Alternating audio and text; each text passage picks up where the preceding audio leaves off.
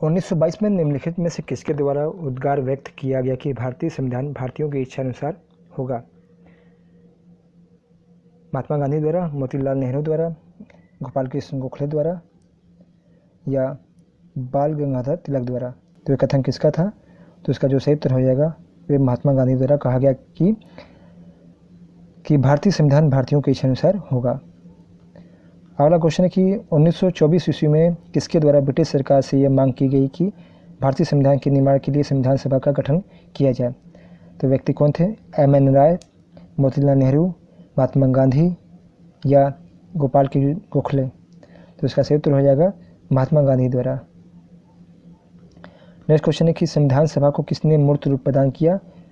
मोतीलाल नेहरू ने, महात्मा गांधी ने, एम.एन. राय ने या जवाहरलाल नेहरू ने? तो इसका सही उत्तर हो जाएगा संविधान सभा को मूर्त रूप दिया जवाहरलाल नेहरू ने। नेक्स्ट क्वेश्चन है कि भारतीय संविधान को गठित करने का आधार क्या था? भारतीय राष्ट्रीय कांग्रेस का प्रस्ताव, कैबिनेट मिशन प्लान 1946, भारतीय स्वतंत्रता अधिनियम 1947 या भारतीय डोमिनियन के प्रांतीय या राज्य विधानमंडल के प्रस्ताव? तो जो इसका सही उत्तर हो जाएगा कैबिनेट मिशन का प्लान 1946 के अंतर्गत ही संविधान सभा को गठित करने का आधार है। नेक्स्ट क्वेश्चन है कि भारत के संविधान सभा किसके अनुसार गठित की गई? साइमन आयोग के प्रस्ताव पर या माउंटेन बैटन योजना के अनुसार या किस प्रस्ताव पर या कैबिनेट मिशन योजना? तो इसका सही उत्तर हो जाएगा कैबिनेट मिशन योजना, जो भी आपने क्वेश्चन दिखा। तो कैबिनेट मिशन योजना के अंदर भारतीय संविधान की गठित की गई। अगला क्वेश्चन है कि वर्ष 1936 में भारतीय राष्ट्रीय कांग्रेस द्वारा संविधान सभा के गठन की मांग कहाँ पर हुए अधिवेशन में की गई? किस अधिवेशन में मांग की गई कि भारतीय की संविधान सभा का गठन किया जाए? कानपुर अधिवेशन, मुंबई अधिवेशन, फैजपुर अधिवेशन या लाहौर अधिवेशन? तो इसका जो सही उत्तर हो जाएगा वह हो जाएगा फैजपुर अधिवेशन में संविधान सभा के गठन की मांग की गई। संविधान सभा के सदस्यों में को निम्न में से किसने प्रत्यक्ष रूप से निर्वाचित किया? प्रांतों की विधानसभा ने, संघीय व्यवस्थापिका ने या उपरोक्त दोनों या इनमें से कोई नहीं? तो जो इसका सही उत्तर होगा वह होगा ऑप्शन नंबर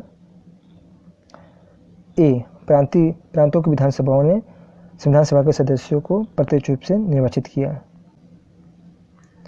अगला क्वेश्चन है कि संविधान सभा में किस प्रांत का प्रतिनिधित्व सबसे अधिक था? बंगाल का, चेन्नई का, मुंबई का या संयुक्त प्रांत का? तो इसका सही उत्तर हो जाएगा ऑप्शन नंबर डी, संयुक्त प्रांत का। संयुक्त प्रांत का वर्तमान में उत्तर प्रदेश के नाम से जाना जाता है। नेक्स्ट क्वेश्चन है कि संविधान सभा में किस देशी रियासत के प्रतिनिधि ने भाग नहीं लिया? किसने भाग नहीं लिया? किस प्रतिनिधि ने? जूनागढ़, कश्मीर, हैदराबाद या मैसूर? तो इसका जो सही उत्तर हो जाएगा हैदराबाद रियासत ने संविधान सभा में भाग नहीं लिया था। नेक्स्ट क्वेश्चन है कि संविधान सभा के सदस्य प्रतिनिधि थे, किसके प्रतिनिधि थे? जनता द्वारा प्रत्यक्ष निर्वाचित, जनता द्वारा अप्रत्यक्ष निर्वाचित या वर्गीय मताधिकार या गवर्नर जनरल द्वारा मनोनीत?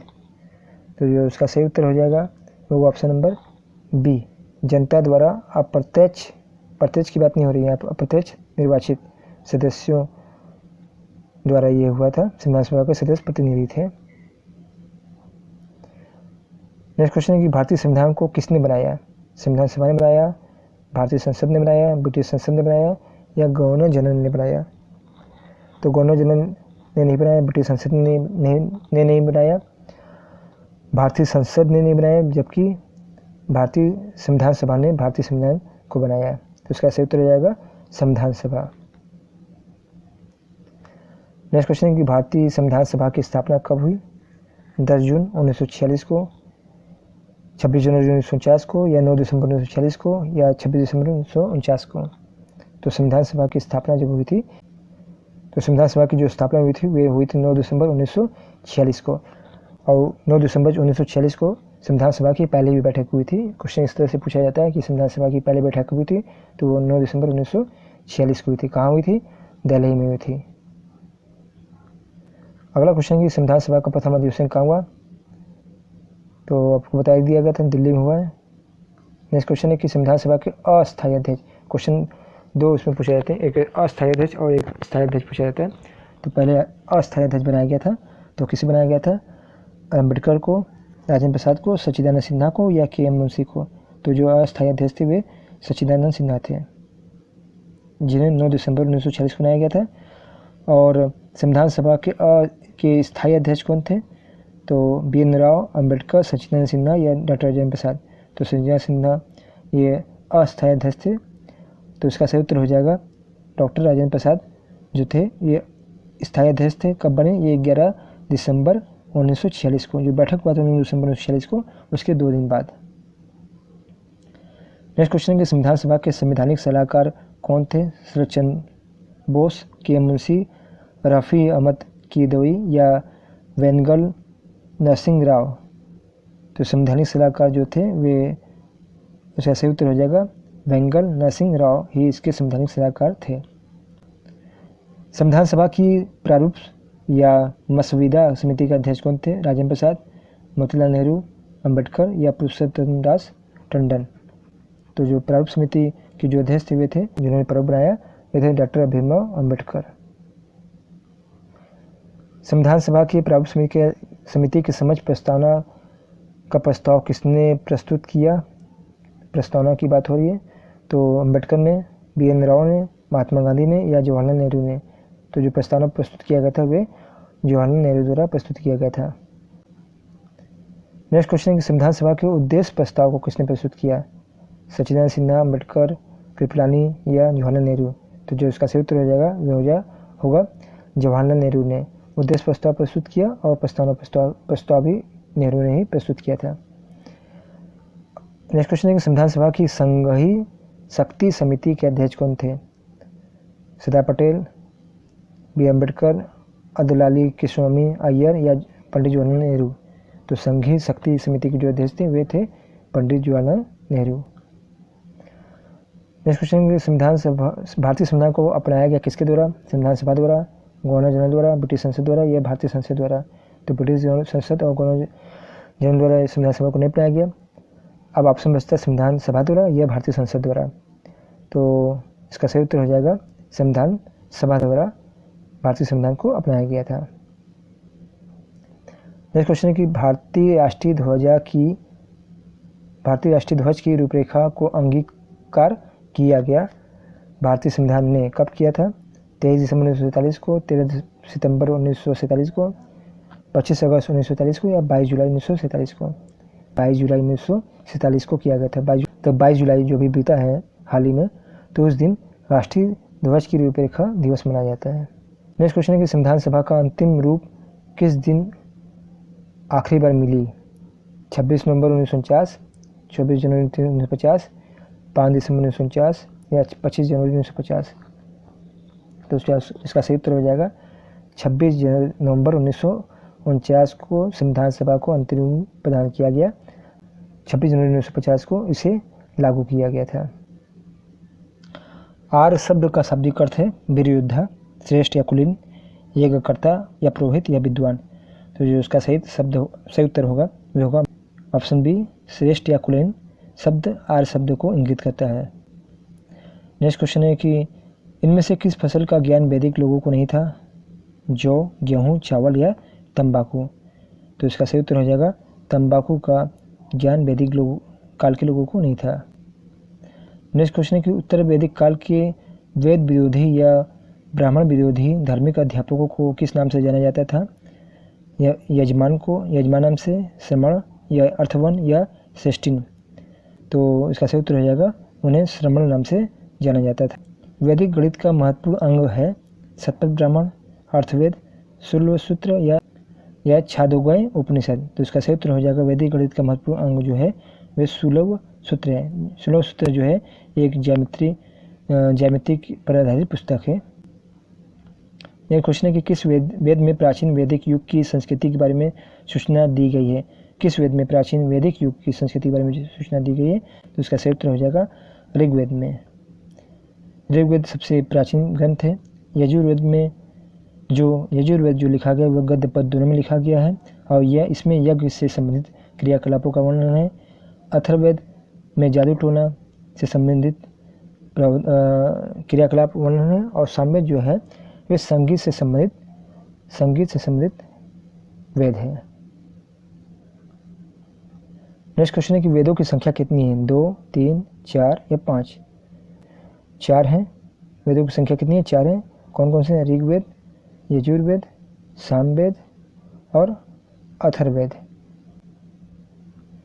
नेक्स्ट क्वेश्चन है कि कौन से 3 वेद संयुक्त रूप से त्रयी या वेद त्रयी कहलाते हैं।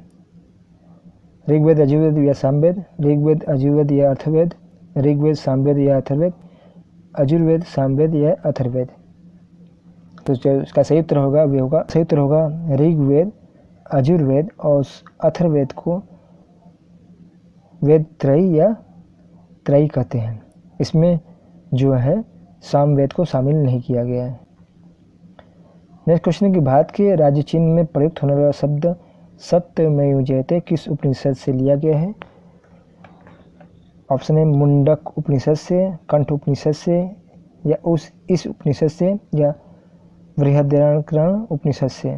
तो इसका सही उत्तर हो जाएगा मुंडक उपनिषद से सत्यमेव जयते शब्द लिया गया है। अगला क्वेश्चन है कि वैदिक आर्यों का मुख्य व्यवसाय क्या था। वैदिक काल का आर्यों का मुख्य व्यवसाय क्या था। तो इसका सही उत्तर हो जाएगा वो हो जाएगा पशु पालन इनका मुख्य व्यवसाय था। भारतीय संगीत का आदि ग्रंथ कहा जाता है, ऋग्वेद को, उपनिषद को, यजुर्वेद को या सामवेद को। तो इसका सही उत्तर हो जाएगा सामवेद। सामवेद को कैसे याद करेंगे, स से संगीत और स से सामवेद। और यजुर्वेद जो है यज्ञ से संबंधित, तो कैसे याद करेंगे, तो य से यज्ञ और य से यजुर्वेद। प्रथम विधि निर्माता कौन है, गौतम, कपिल, चाणक्य, मुनि। इसका मनु प्रथम विधि निर्माता है। ऋग्वेद में संपत्ति का मुख्य रूप क्या है, गोवर्धन, भूमि, ए और बी दोनों या इनमें से कोई नहीं। तो इसका सही उत्तर हो जाएगा जो ऋग्वेद में संपत्ति का जो मुख्य आधार था वे था गोधन। गोधन मतलब गाय जिसकी पास ज़्यादा होती थी उससे ज़्यादा संपत्ति वाला माना जाता था। ऋग्वेद में किस मंडल में शूद्र का उल्लेख पहली बार किया गया है, 7वें मंडल में, 8वें मंडल में, 9वें मंडल में या 10वें मंडल में। तो शूद्र का जो पहली बार वर्णन किया गया था वे 10वें मंडल में किया गया था। और जो 9वां मंडल है वे आपका सोम, इसमें सोम का उल्लेख, सोम शब्द का उल्लेख है। नेक्स्ट क्वेश्चन है कि पुराणों की संख्या कितनी है, 18, 19, 20 या 21। तो पुराणों की संख्या जो है वह 18 है। अगला क्वेश्चन है कि किस ऋग्वेद देवता को पुरंदर शब्द का प्रयोग किया गया है, इंद्र के लिए, वरुण के लिए या सोम के लिए। तो पुरंदर शब्द जो यूज हुआ है वो इंद्र के लिए प्रयोग किया गया है। नेक्स्ट क्वेश्चन है कि शुल्ब सूत्र किस विषय से संबंधित पुस्तक है, ज्यामिति से, ज्योतिषी से, गणित से या खगोल से। तो ये इसका सही उत्तर हो जाएगा, यह है ज्यामिति से संबंधित पुस्तक है। अष्टमा सदगमय तमसोमा ज्योतिर्गमय कहाँ से लिया गया है, उपनिषद से, वेदांग से, महाकाव्य से या पुराण से। तो इसका जो सही उत्तर हो जाएगा वह है उपनिषद से ही अष्टमा सदगमय तमसोमा ज्योतिर्गमय शब्द लिया गया है। आर्य भारत में बाहर से आए और सर्वप्रथम कहाँ बसे, समातट पर, प्राग ज्योतिष में या पंजाब में या पंचाल में। तो इसका सही उत्तर हो जाएगा आर्य बाहर से आए और सर्वप्रथम पंजाब में आकर बसे।